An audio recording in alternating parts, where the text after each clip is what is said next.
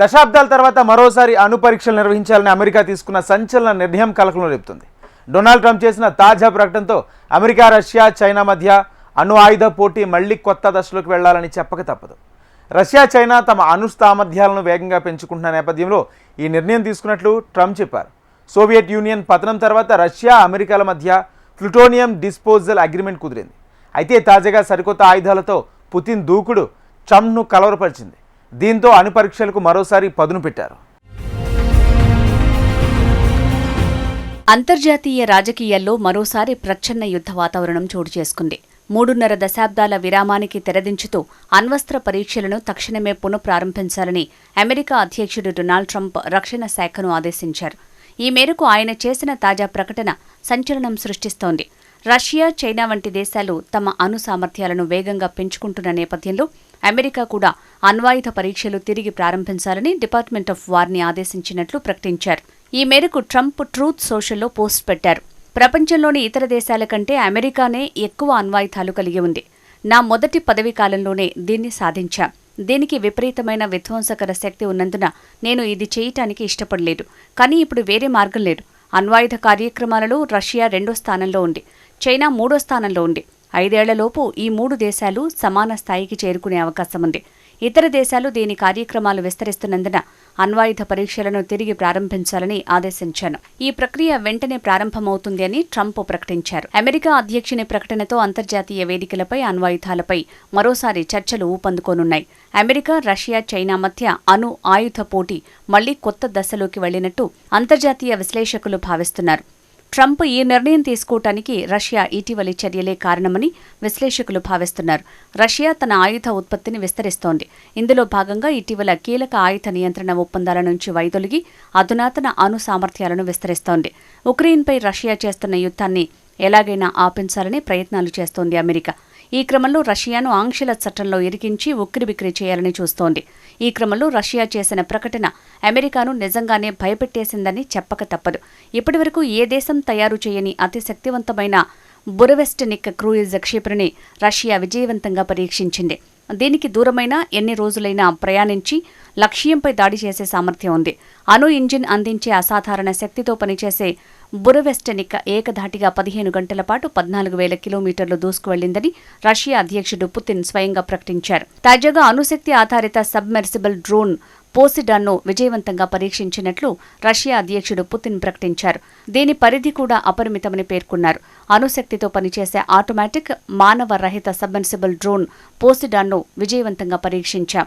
నీళ్లలో ప్రయోగించే ఈ ఆయుధం రష్యాకు చెందిన అత్యాధునిక సర్మత్ బాలిస్టిక్ క్షిపణి కన్నా ఎంతో శక్తివంతమైంది. ఓ జలాంతర్గామి నుంచి దీన్ని ప్రయోగించాం. వ్యూహాత్మక జలాంతర్గామిలో ఉండే రియాక్టర్ కన్నా 100 రెట్లు చిన్నదైన అణు విద్యుత్ ప్లాంట్ని ఇందులో అమర్చామని పుతిన్ తెలిపారు. అందులోని అణు రియాక్టర్ జలాంతర్గామిలో వినియోగించేదానికన్నా 1000 రెట్లు చిన్నదన్నారు. అంతరిక్ష సాంకేతికత కోసం అభివృద్ధి చేసిన ఎలక్ట్రానిక్ వ్యవస్థను కలిగి ఉందని తెలిపారు. సర్మత్ క్షిపణిని కూడా త్వరలోనే మోహరించనున్నట్టు పుతిన్ వెల్లడించారు. క్షిపణుల విషయంలో ప్రపంచంలోనే సర్మత్ లాంటిది మరోటి లేదన్నారు. తాజాగా పుతిన్ మరో సంచలన ప్రకటన చేశారు. చిన్న సైజు న్యూక్లియర్ పవర్ యూనిట్ని తయారు చేశామని, దాన్ని బ్యూర్వెస్టనిక్ క్రూయిజ్ మిసైళ్లలో అమర్చి వాడొచ్చని ఆయన వెల్లడించారు. రష్యా చేసిన ఆ పరీక్షలు అగ్రరాజ్యాన్ని నిజంగానే తీవ్ర కలవరానికి గురిచేశాయి.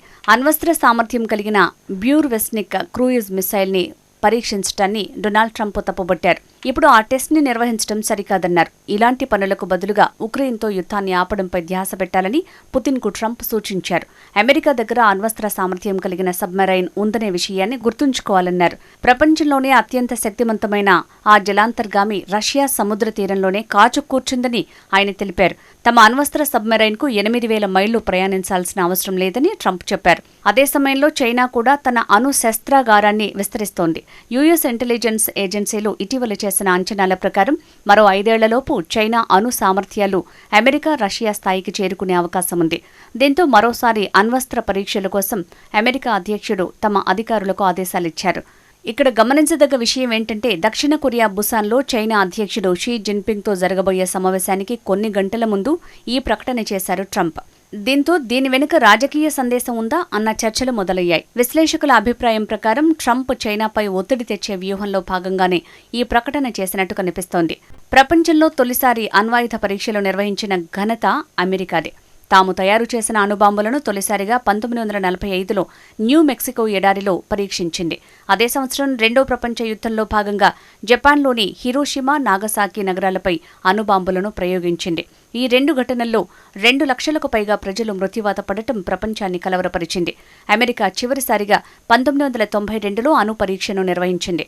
2000 సంవత్సరం సెప్టెంబర్లో అమెరికా, రష్యా మధ్య ప్లూటోనియం డిస్పోజల్ అగ్రిమెంట్ కుదిరింది. ఇరు దేశాలు తమ వద్దనున్న 34 టన్నుల న్యూక్లియర్ వెపన్ గ్రేడ్ ప్లూటోనియంను నిర్వీర్యం చేసి పారవేయాలని ఆనాడు నిర్ణయించాయి. అయితే ఈ ఒప్పందం ప్రస్తుతం అమల్లో లేదు. దీన్ని అధికారికంగా రద్దు చేసే ఒక చట్టాన్ని పుతిన్ తీసుకొచ్చారు. దీనివల్ల ఇకపై ఎలాంటి అడ్డు అదుపు లేకుండా అణ్వస్త్రాలను అమెరికా, రష్యా తయారు చేసుకోవచ్చు. Stockholm International Peace Research Institute నివేదిక ప్రకారం 2024లో అమెరికా వద్ద 5044 అణ్వాయుధాలు ఉన్నాయి. రష్యా దగ్గర 5580, ఫ్రాన్స్ దగ్గర 290, చైనా దగ్గర 500, బ్రిటన్ దగ్గర 225, భారత్ దగ్గర 172 అణ్వాయుధాలున్నాయి. పాకిస్తాన్, ఉత్తర కొరియా, ఇజ్రాయెల్ కూడా అణు సంపత్తిని కలిగి ఉన్నాయి. తాజాగా మరోసారి అమెరికా అణు పరీక్షలకు సిద్ధమంటూ డొనాల్డ్ ట్రంప్ చేసిన ప్రకటన చర్చనీయాంశంగా మారింది. కొత్తగా తయారు చేసిన అణ్వాయుధాల పనితీరును నిర్ధారించుకోవడానికి, పాత ఆయుధాలు ఇంకా సమర్థంగా పనిచేస్తున్నాయో లేదో తెలుసుకోవటానికి ఈ పరీక్షలు దోహదపడతాయి. కేవలం సాంకేతిక సమాచారం కోసమే కాకుండా రష్యా, చైనాలకు తమ వ్యూహాత్మక శక్తిని ప్రదర్శించే చర్యగా కూడా ఈ పరీక్షలను పరిగణిస్తున్నారు. ట్రంప్ ప్రకటించిన ఈ నిర్ణయంపై అమెరికా రక్షణ శాఖ ఇప్పటివరకు ఎలాంటి అధికారిక ప్రకటన చేయలేదు. అయితే అమెరికా అంతర్గత వర్గాల్లో ఈ నిర్ణయం తీవ్ర చర్చకు దారితీసింది. అనేక మంది రక్షణ నిపుణులు ట్రంప్ వ్యాఖ్యలను ప్రపంచ శాంతికి ముప్పుగా అభివర్ణిస్తున్నారు. అణు పరీక్షలు మళ్లీ ప్రారంభమవుతాయనే ఆలోచన ప్రపంచ దేశాల్లో ఆందోళన రేపుతోంది.